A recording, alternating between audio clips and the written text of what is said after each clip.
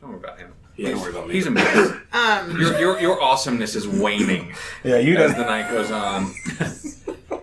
Canope, you're almost promoted. Oh, man. I've been waiting for this day. Almost. For you to falter so that I could just come in and pick up the pieces. Swoop right in. Yes. I swooped right. That's right. I'm going to take over for Jonathan, who's going to take over for you, and you can sit over here. That's never going to happen.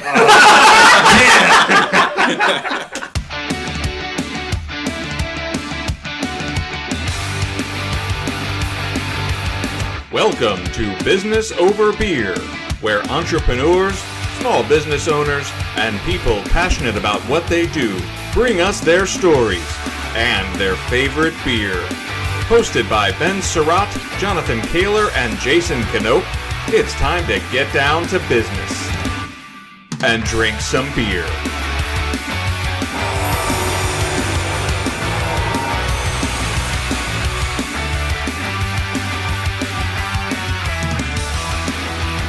Hello, everybody, and welcome to another episode of the Biz Over Beer podcast, the Bob podcast.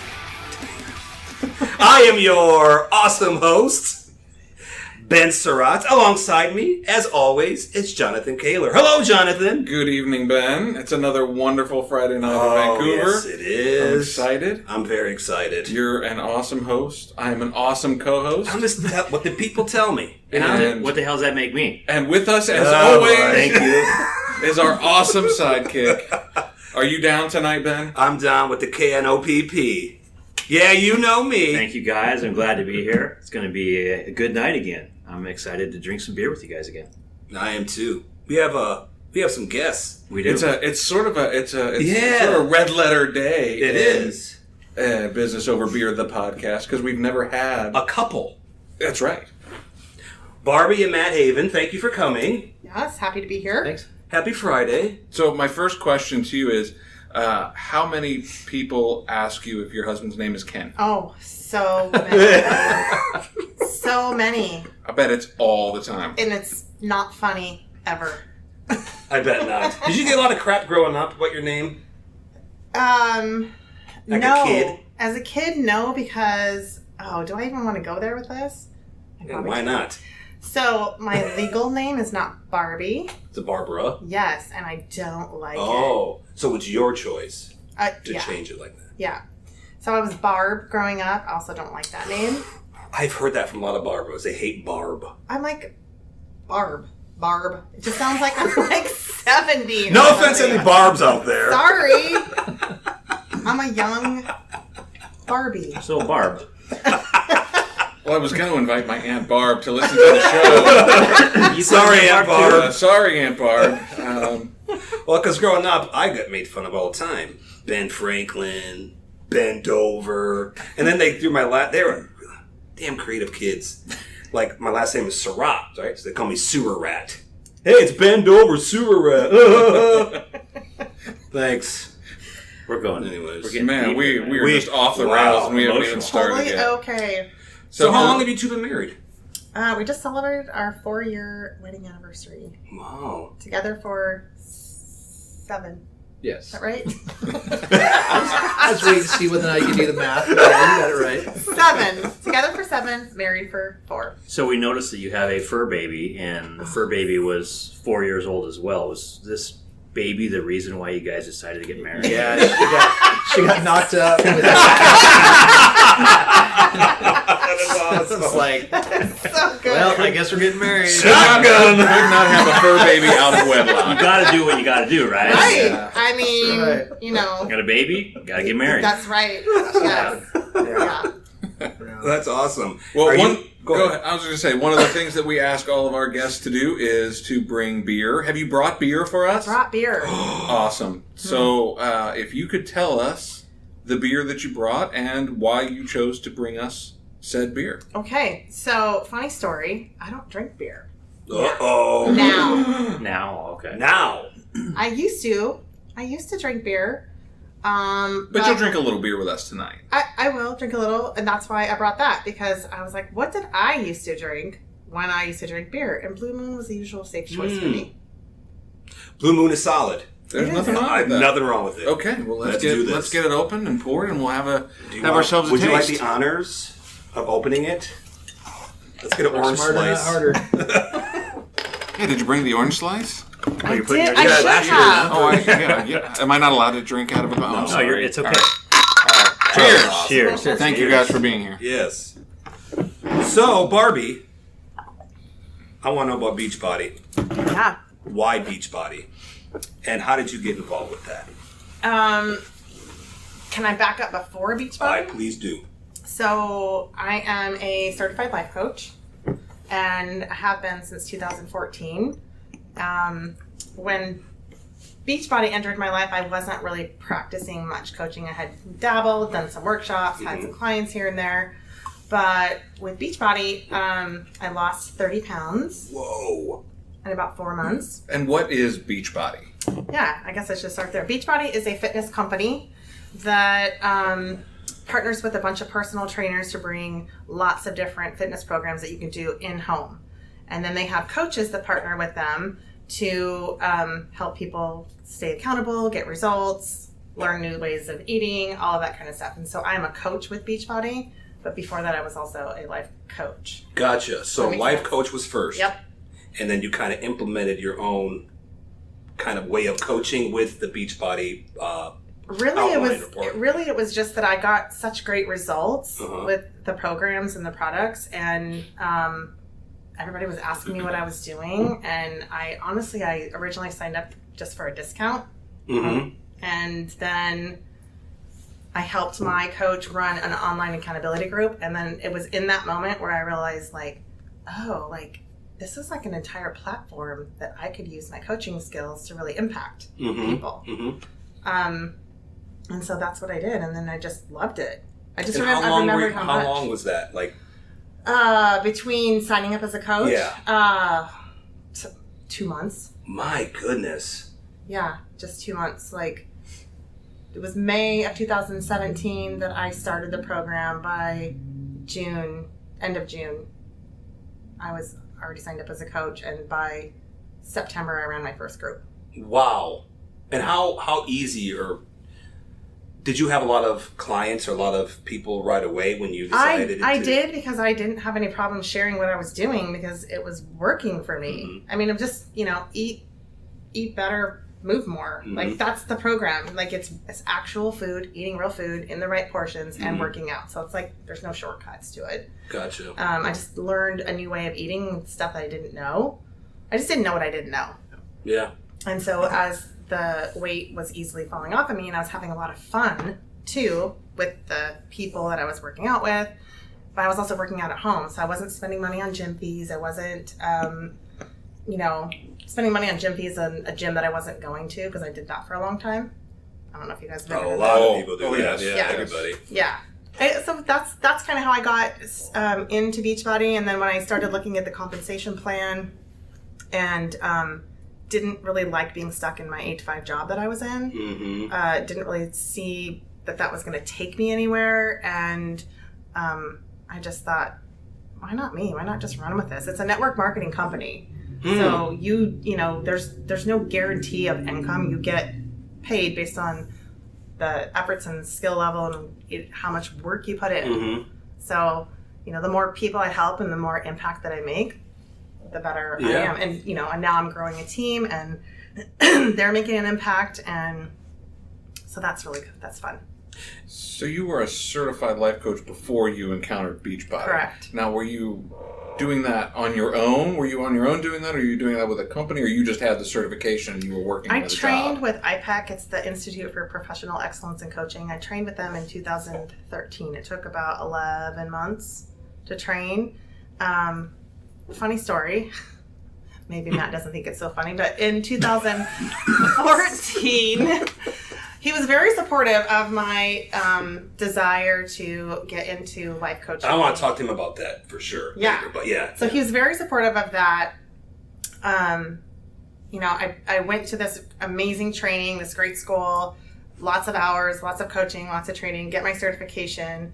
I had worked out, at the time I was working for WSU Vancouver, actually, for the chancellor. I was the executive assistant to the chancellor. Wow. And I was ready to be done with that portion of my life. So I had worked out changing my hours, reducing my hours, working part-time so that I could get out into the coaching world, dabble, build my clientele. I did that for 6 months. My last day at that job was July 31st of 2014. And then August 1st of 2014, I walked downstairs as a solopreneur. Nobody's home. And I said, what the fuck am I doing? That is a normal thought. It was really, and at the time, Matt and I weren't married. We weren't even engaged yet. We were just living in sin, as my grandmother would say. So, a single mom, all this idea of like, can I do this? I need insurance and I have a mortgage and what about this? And I just freaked out. Would you say that's fair to say that I freaked out a little? A little bit. What were you thinking when she did that? I was apprehensive. Yeah. To say the least. I love the honesty. That's great. Because we go from having this guaranteed income that we know, which was pretty decent income at WSU, to not guaranteed, and you're basically selling yourself, and it's kind of a sales type of thing. You don't make the sale, you don't get the money, and so to go from knowing you're going to have, so much coming in to not knowing if you're having anything coming in, I was definitely nervous about that, and it's not like our bills were going away. Correct. So, yeah. So I was. So how I'm curious, how was that conversation, and what was your reaction when she was like, you know what, I'm probably going to quit? I think we talked about it ahead of time. Yeah. That's what was that conversation like? Do you remember? Yeah. Well, kind of. I remember her saying she wanted to, try the life coaching, which can be, you can make a big business out of it. It's hard to do, and so. I agree. We talked about it, and I'm like, well, I'm going to support you through this. We definitely invested a lot of money and time into getting her certified, and so I'm like, well, you go for it. But it wasn't a few months into it, and she's like, I don't know if I want to do this, and I'm like, well, you're not making any money. I don't know if I want you to do it either.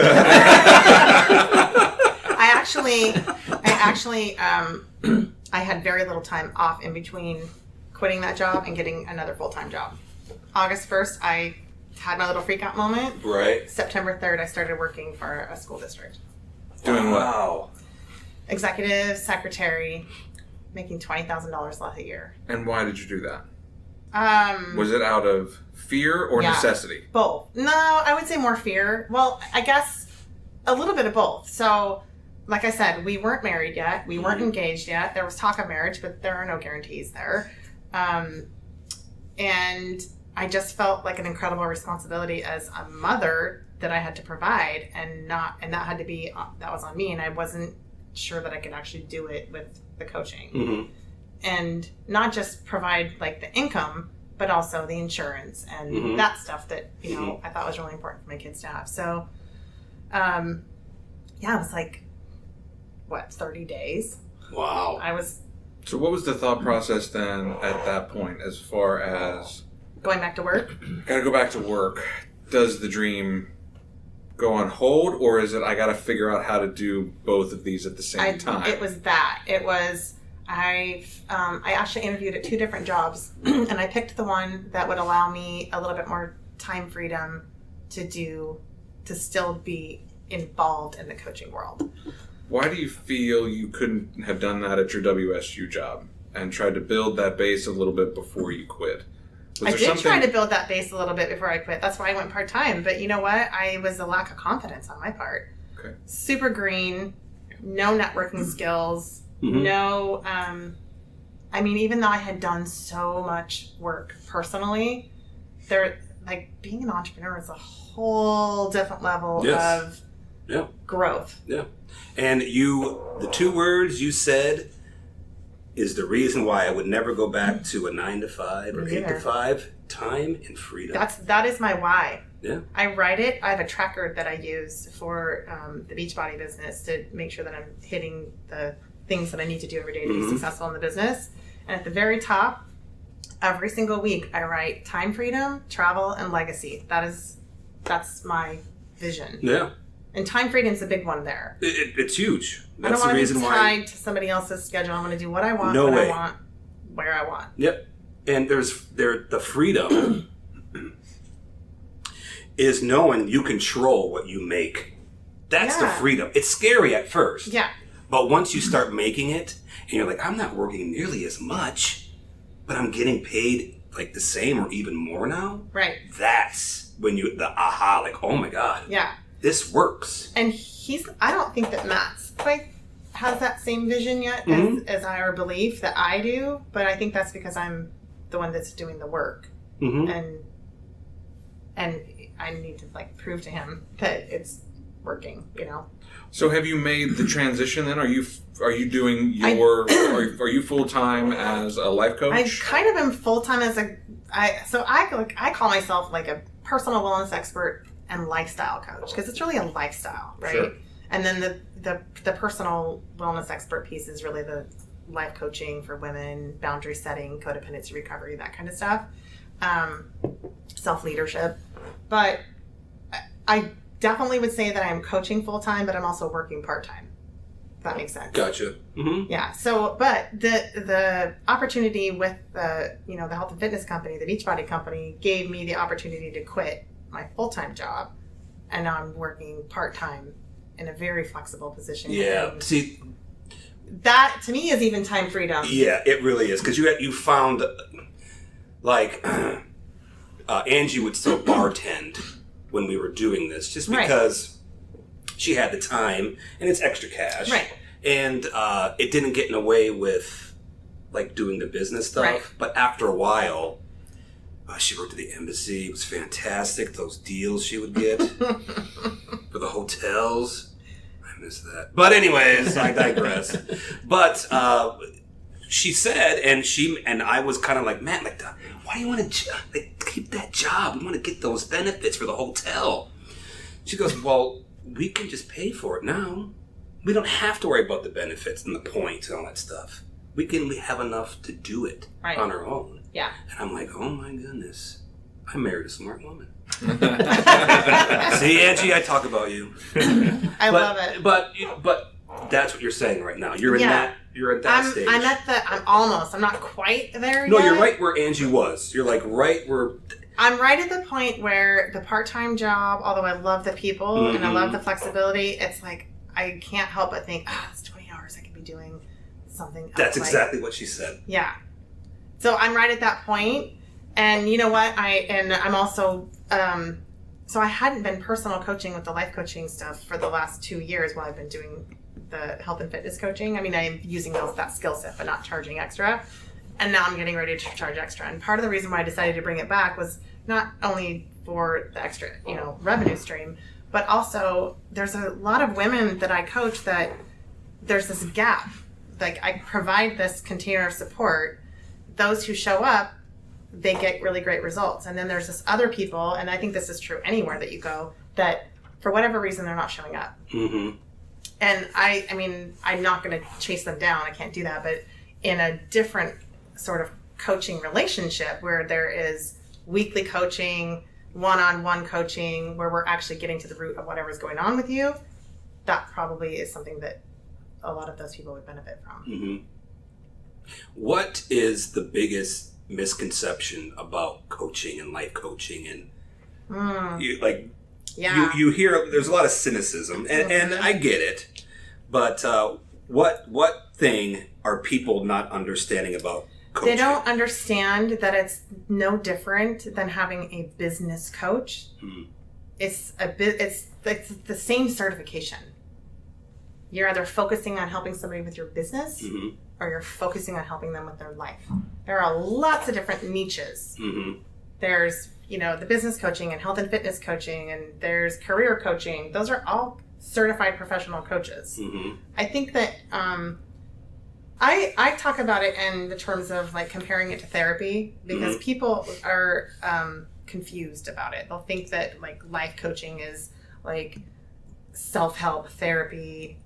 And I think that those things are definitely needed. I've had 4 years of therapy myself. I'm not ashamed to talk about that because it's part of my path and what led me to coaching, actually. But coaching is really taking somebody from functional to optimal.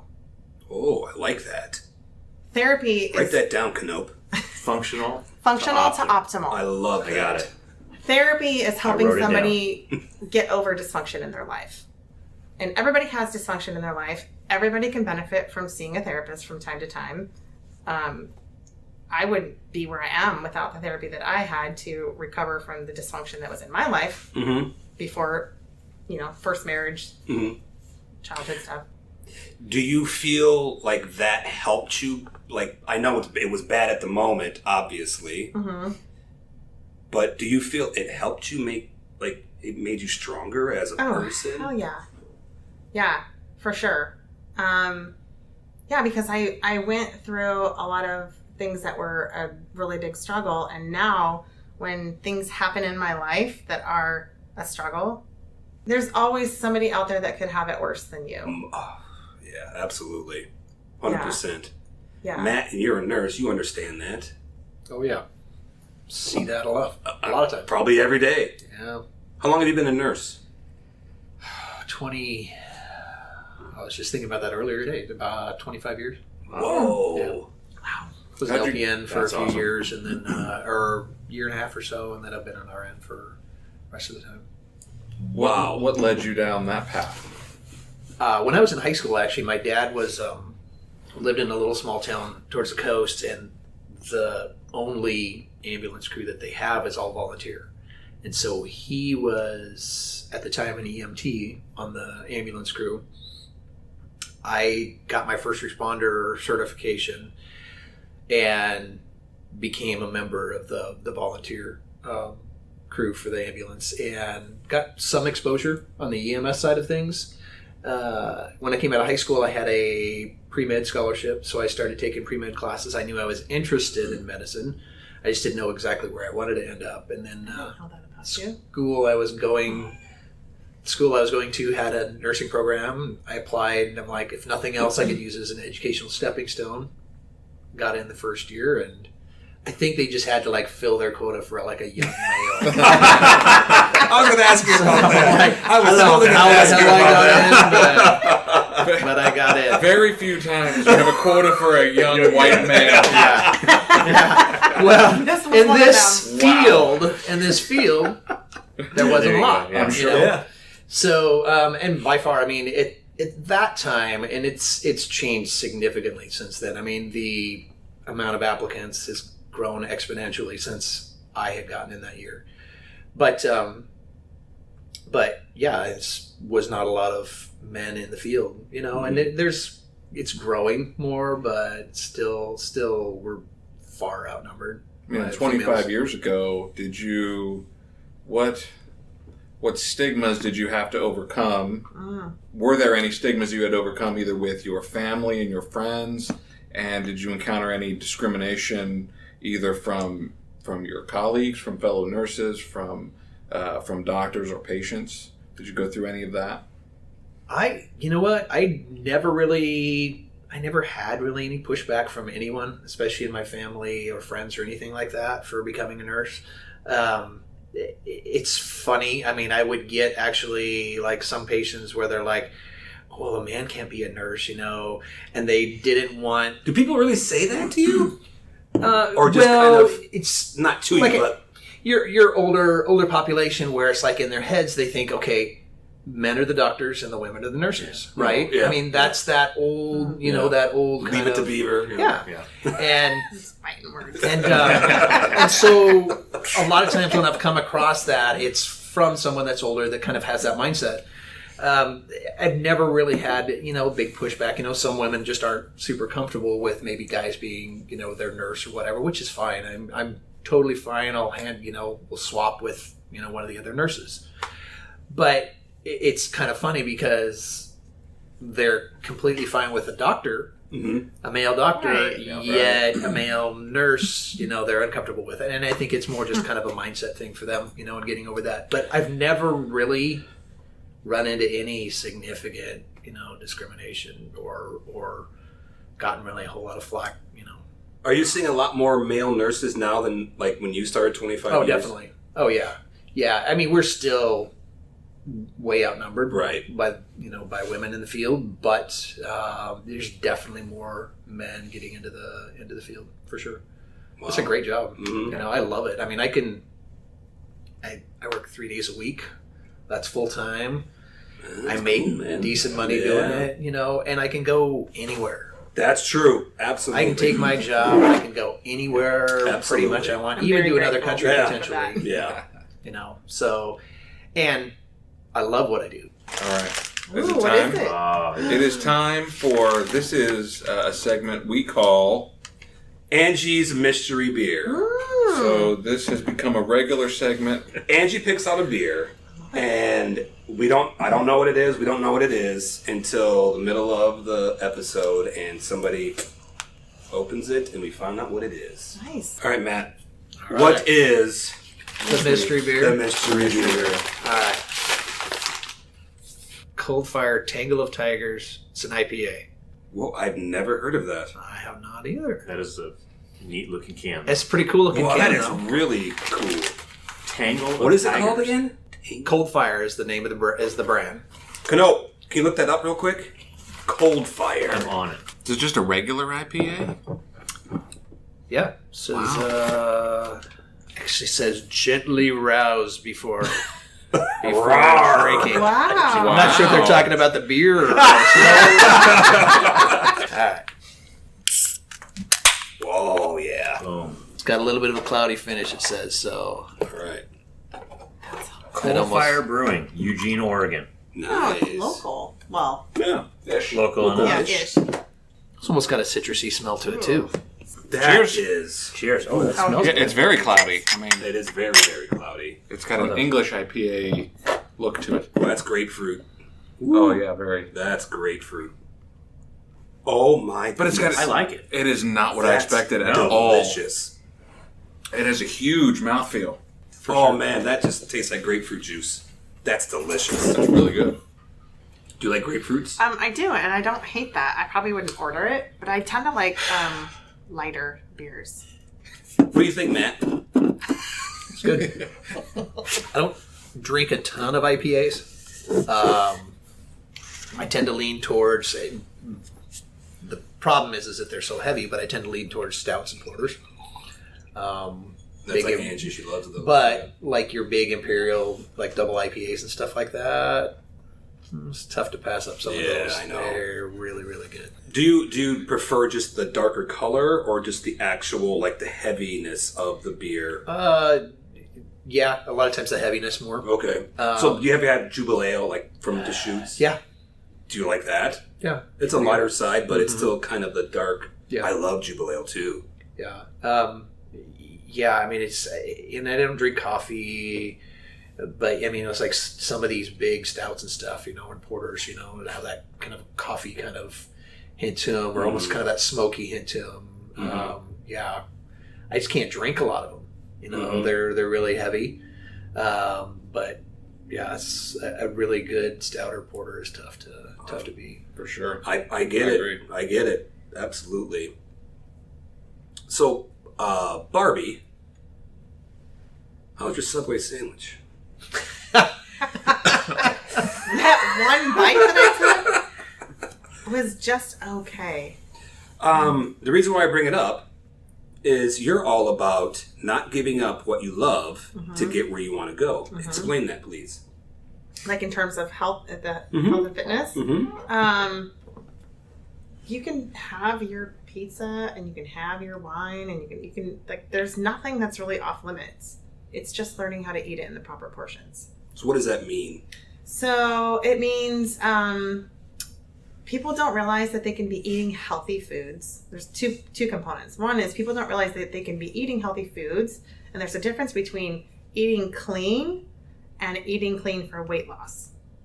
You gotta explain that now. I know. So eating clean you're choosing healthy foods like avocado and hummus and cheese and almonds, and those are all like, you don't think that those are like quote unquote bad for you, but somebody who's trying to lose weight, and really anybody who's like even on maintenance plan, only needs one serving of those types of foods a day, and a serving size is way smaller than you think it is. So people that snack on almonds all day long, thinking that they're eating healthy, are probably, this was the mistake I was making. One of the mistakes I was making was thinking that having the giant bag of almonds in my office to snack on throughout the day was part of, my health plan or whatever. And that's what they tell you. They advertise that. They totally do. This is a healthy snack for They you. totally It is, do. but the serving size is 12 almonds. Yeah. 12. Wow. Yeah, so my 2 handfuls every 15 minutes. is Not about, yeah. Yeah. So for somebody who's trying to lose weight, they think like, no wonder they're so frustrated, Yeah. because they're choosing the healthy foods that is portrayed in society, and all of the messaging that's out there about eat this, not that, or whatever, but nobody's talking about the portion sizes. Well, somebody is. Beachbody is, and I am as a health and fitness coach. Well done. Nice. It's all about portion control. Yeah. It absolutely It is. It is, yeah. And then once I learned, so that's the one piece of it. And then the other piece of it is, once you know the portion control, then you can have whatever you want, because then you're having the right macronutrients in the right portion size. I know what you're saying. Yeah. Like, you can have the cheesecake. Have the cheesecake. Just not all the time. Yeah. Matt, do you see a lot of heart attacks? Not. I work on a general surgical and trauma unit, Okay. so a lot of times we will. Like car accidents, stuff like that? Yeah, and a lot of your general surgical type stuff. Okay. So I don't see them very often. Every once in a while, we had one guy that actually was actively having a heart attack, starting to have a heart attack on the floor, and got him off of our unit really quick. Are you Down to the cath kidding? lab. Oh, yeah. Oh, my goodness. Yeah, he was... Just chilling, and then all of a sudden... Yeah, this guy was actually supposed to be discharged that day. I can't even remember what he had. my goodness. Minor procedure. He was in his early 60s, but pretty healthy guy otherwise, and was supposed to be discharged. And the nurse that had him was discharging the second of her 3 patients that were going home that day. He was going to be number 3. Mm-hmm. And the wife came out to the desk and said, my husband doesn't feel too well. Can you just take a peek at him? So I go in, and he's pale, but no crushing chest pain, no classic, heart attack, symptoms, anything like that. He just felt fatigued, and he was pale.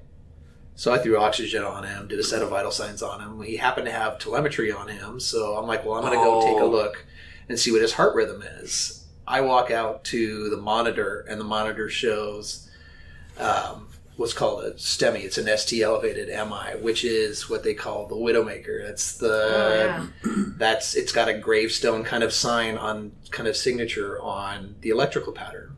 Oh, And my it's goodness. pretty unmistakable. And so I immediately called the docs. I called what we call rapid response, which is like an ICU, a respiratory therapist, and usually a doctor will try and show up, take a peek at this patient. And they came up. By the time they came up, and I called for EKG to run like a, run a strip on his, his heart as well, his heart rhythm. So they came up. Well, when they showed up, this guy's back into regular, normal looking rhythm. And they're like, well, we'll take him down to the CBICU and just watch him overnight. And as they're wheeling him out the door, he kicks back into that gravestone's, sign. They took him straight to the cath lab, did an angio on him, pulled a clot out of his heart. He stayed overnight in CBICU and discharged the next day. Jeez, And this man. guy was pissed that he had to stay. I'm like, dude, you would not have made it to your car. You don't even know. Wow. Dude. It was so non-specific. The presentation was so weird that he would have I'm just going to lay down and take a nap, and he would have been Never woke up. Dead. Yeah. He would have been dead. So, and had we not actually had telemetry on him, luckily, telemetry on him at the time, it would have probably because his symptoms were so nonspecific, he would have progressed and probably would have gone into a full-blown cardiac arrest before we even realized what was going on. Jeez. So we try and get people like that off our floor quickly. And we've got systems in place, actually, that rapid response team that we have.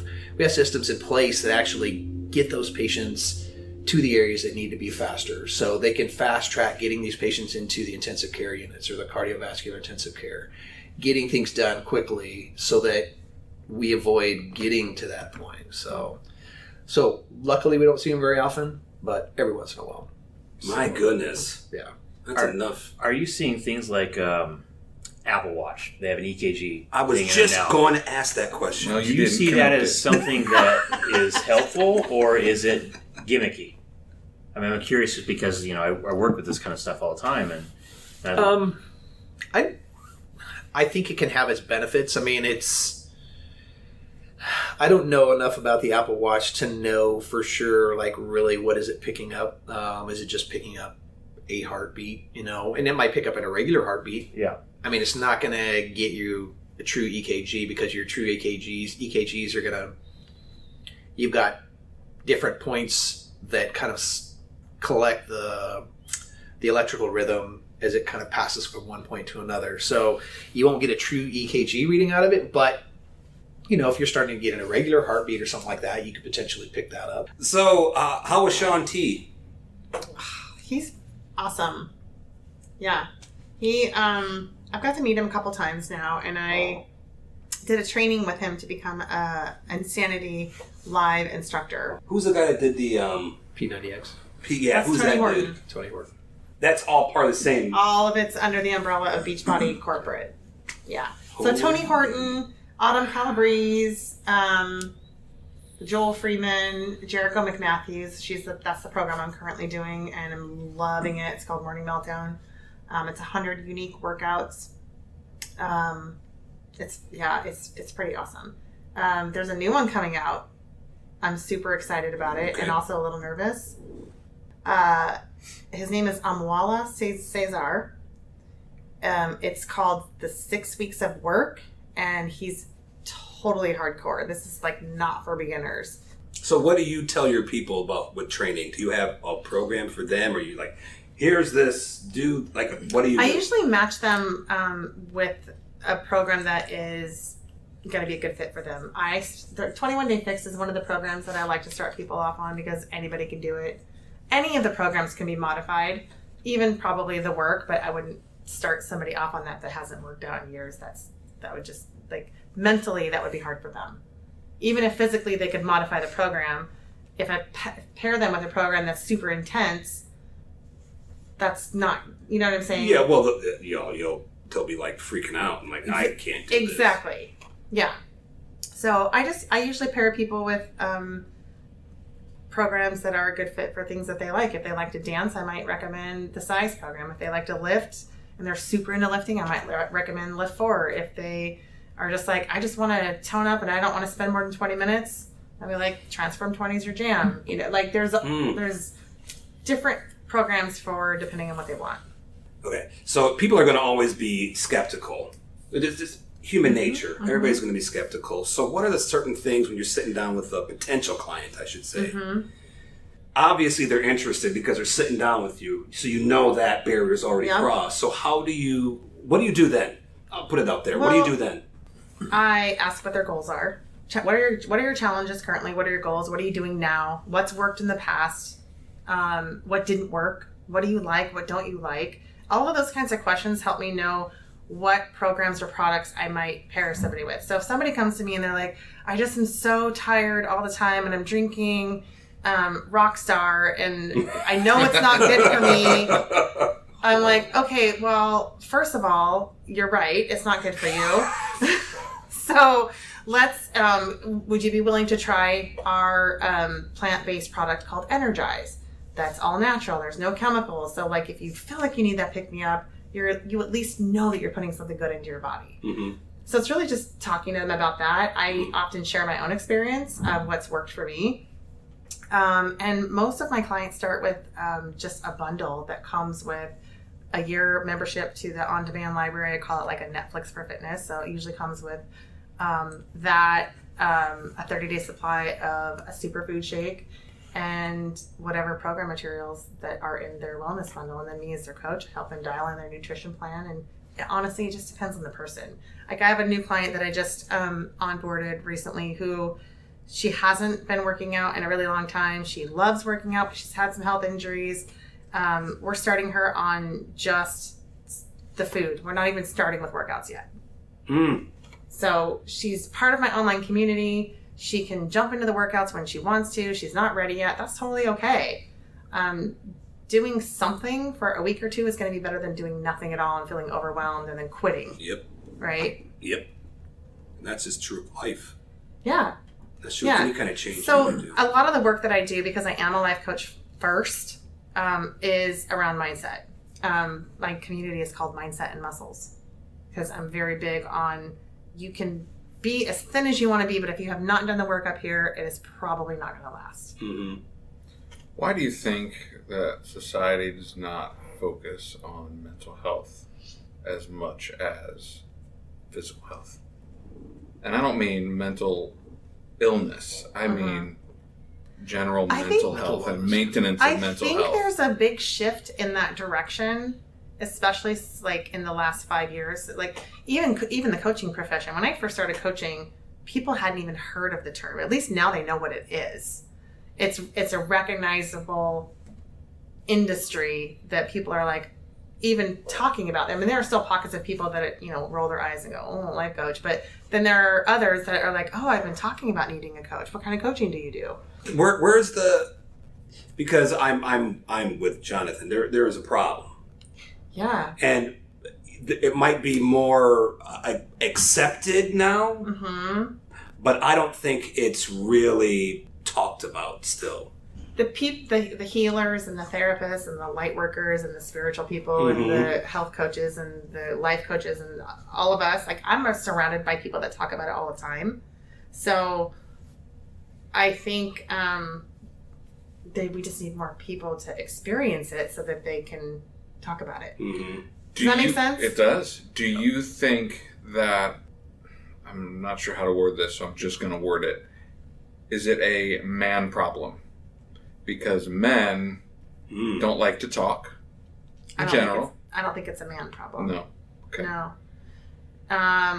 Men push emotions down, and men, especially family or husbands and fathers who have a responsibility of caring for their family. I don't want to show any weakness. Right. And that's not meant to be a sexist comment in any way. No. I'm curious from your perspective. So women have the exact same problem. The women in my community, it's part of the reason I created the community the way that I did. It's a community on Facebook that's private for my clients and for my coaches, and it's a place for women to show up and practice being seen. It's something I talk about all the time in that community. This is a place for you to show up and practice being seen. We're not used to practicing letting people see who we really are, because we're so worried about what everybody thinks and showing up in a certain way that's going to be like enough for who? The neighbor? Who gives a fuck? Like, you know what I'm saying? But I used to care a lot. So I'm on the other side of that now, which is part of the reason I like to spread the message, because I know what it feels like to be so worried about everything. Like, there was a time in my life when I worked for, it was probably 12 years ago, 15 years ago. I don't know, it was a long time ago. But there was a time in my life where if I'm at work and the door closed, I automatically thought they were talking about me. If I heard whispering, I thought it was about me. If somebody didn't text me back right away, I was like, oh, are they mad at me? Like, I was so wrapped up in really unhealthy behaviors that really just it was exhausting. It's so tiring to live. It's so much easier just to be yourself. Did you realize that's almost, and I know what you're talking about, and that's almost selfish to think that way. That when you think people are talking about you, it's not about you. It's just your ego. It's your ego. But it's human nature. And it is. People don't. Yeah.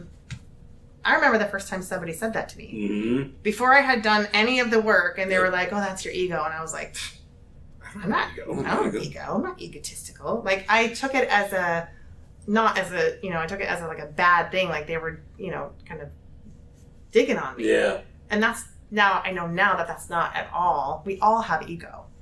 The difference with somebody who's more self-aware is that you're able to keep the ego in check more, or recognize like, oh, that was sneaky. I see what's happening here. Like ego's coming on the backside, whatever, Super ego, the id, right? Yeah. I love the idea of practicing. It's just a practice. Sarah Blakely, who I admire a great deal, she's the creator of Spanx. I heard her in an interview, and she said, I practice embarrassing myself. Mm-hmm.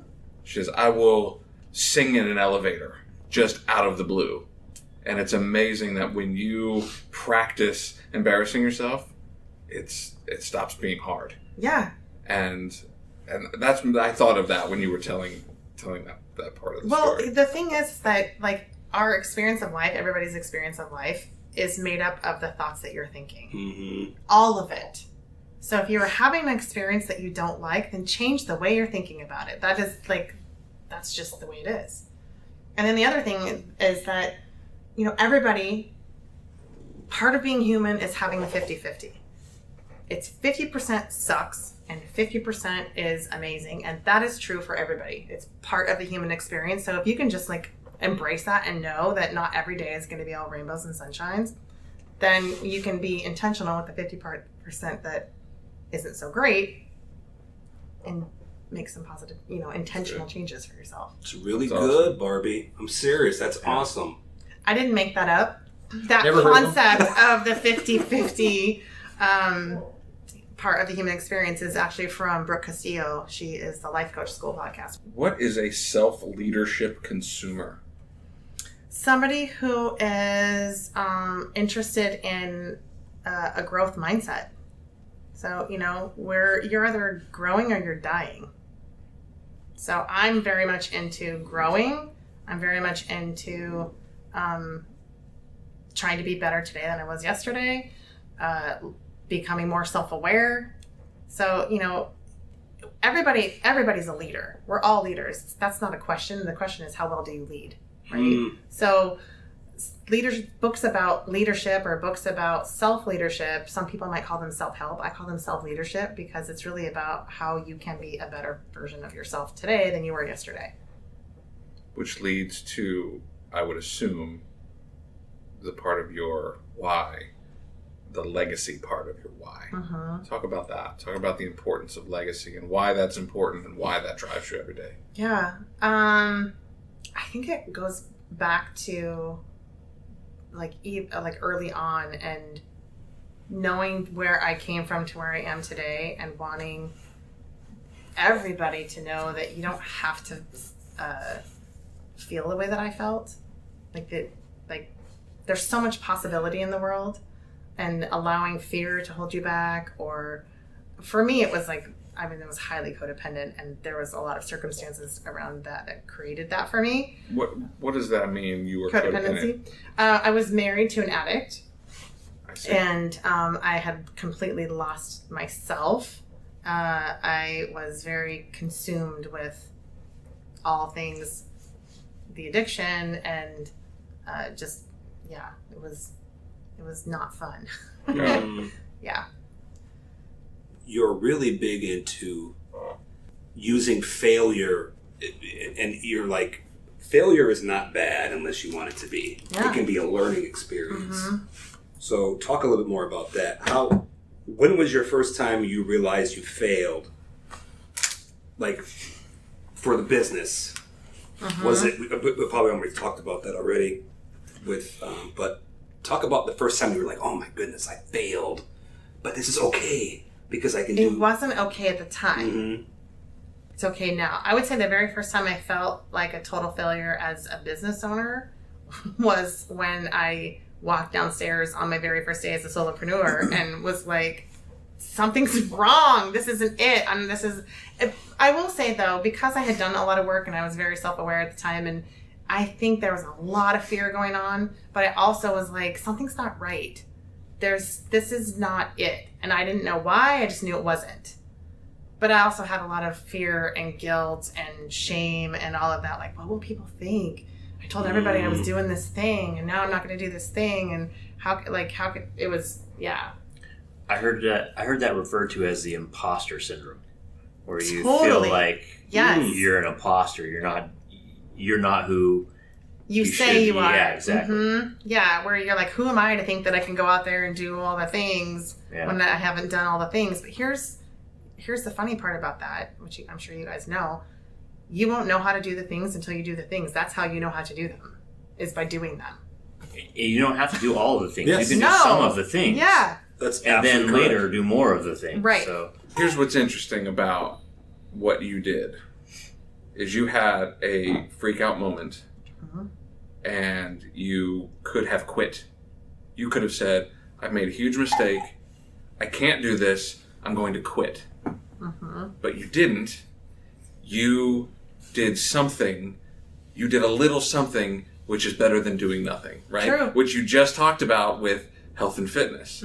Right. Right? And it's that same concept that's so important in every aspect of our lives. Yep. You know, doing something is better than doing nothing. Yep. And just because you have a bad moment, a bad day, a bad experience, a failure, doesn't mean that you have to stop. It doesn't mean that it's over.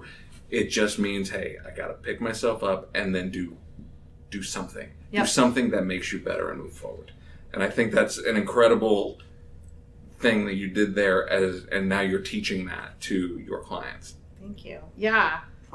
Yeah, it's and I think I in the last probably 6 months to a year been, I wouldn't say studying, but reading a lot more, learning a lot more, listening a lot more about failure and how that actually moves you forward. So like failing forward and just allowing that to be a part of the process and not letting it define who I am as a person. Failure is not getting knocked down. Dude. Failure is not getting back up. Yeah. yeah, you're gonna get knocked down. Just get back It's up. gonna happen. And the thing about it is, you know, the success that you get on the other side of failure, success is not convenient. No. It's just not. It's not convenient, so Oh you're my gonna gosh, fail that's along the way. There's a quote that I really love. I don't know who said it, but it says, "You could be the ripest, most juiciest peach in the world, but there are still going to be people who fucking hate peaches." That is awesome. And it's correct. It's correct. It's absolutely true. So you might as well just be who you are. Yep. The best version of who The you best are. version of you. Right, exactly. That's Yeah. awesome. Thank you so much for coming on. Yeah. This was a really fun conversation. Matt, appreciate you being here No problem. and supporting Barbie and telling us part of your story. Really, really enjoyed it. So Super fun. it's time for the final question. All right. So in every episode, we have one question that we always ask at the very end. It's difficult. You ready? You have a first-class ticket. Doesn't matter. By boat, by air, by land, doesn't matter. Anywhere in the world. Where would you want to go and why? And you have to leave tomorrow. Gosh, where would I want to go and why? I think tomorrow Tomorrow. I would leave. Do I get to take somebody with me? Absolutely. He's got a fat coach there. I get a coach ticket though. Right, back of the bus. If I were That's right. leaving tomorrow anywhere in the world, I think I would want to go back to Costa Rica where we went on our honeymoon. But maybe see the other side that we didn't get to see. And take my husband with me. Ooh. Matt, if you had one first-class ticket and could take anybody you wanted anywhere in the world, But they'd ride and coach. where would it be and why? Barbie, can you answer that for him? Yes, he wants to go to Italy. What? No? Yeah, I don't know. I've got a lot of places on my bucket list. Oh, I thought One you were- place. Ooh. I think one place I've heard that has just kind of like huge diversity, New Zealand. Ooh, Nice. that's awesome. Just your diversity in the geography is amazing. I mean, it's just, you go from, desert to mountains, within a very short distance, and so, and I hear it's beautiful. I've never been, so it's definitely on my list. It's kind of vaulted up towards the top. I loved Costa Rica. And I want to go back there, and spend more time. Mm-hmm. But I would also like to visit some new places. Never been. Yeah. Nice. Machu Picchu. Is that Peru? That'd be cool. That's on my bucket list. Yeah. Sorry, you've only got one ticket. Yeah. You can go to Machu Picchu the night when you come back. If I could go When you come back and get on the podcast, if I free could ticket. go to Machu Picchu tomorrow and I had to go by myself, I would. All right, so just for clarity, if you had 2 tickets to the same place, you'd go to Costa Rica. If you had 1 ticket, you'd go to Machu Picchu. Here. I am staying home watching the movie, apparently. There you go. On that note, You and Toby are going to have a fine weekend together. Tear it up. Barbie, how Downtime. how can people find you? I am on Facebook. My company is called Desired Lives. DesiredLibes. So I have a Facebook page. They can stalk me on my personal page. I have an Instagram with that same name. Barbie Haven on Facebook. I have a website. What is your website address? DesiredLives.com. Perfect. Matt, when you come back, we'll talk about your photography, I promise. Sure. We'd love to do that. I'm serious. Please come back, you guys. Yeah, this was great. Awesome. And thank you all for listening, and we will see you next time. See you. Bye-bye. Business Over Beer reminds you to always drink responsibly. Our theme song is Idiocracy by Christian Leo. Thanks for listening, and we'll see you next time on Business Over Beer.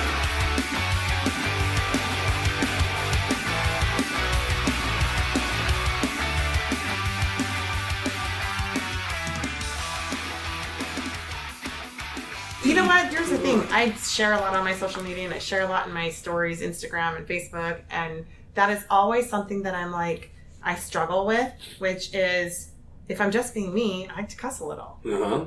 And so I go through phases where I'm cussing a little and then I'll be like, oh, I don't want to offend people. And then I'm like, fuck them. Like, they're going to love the real me. This is me. Like, it's hard. It's hard to be me. Don't you wish you were still recording? We are.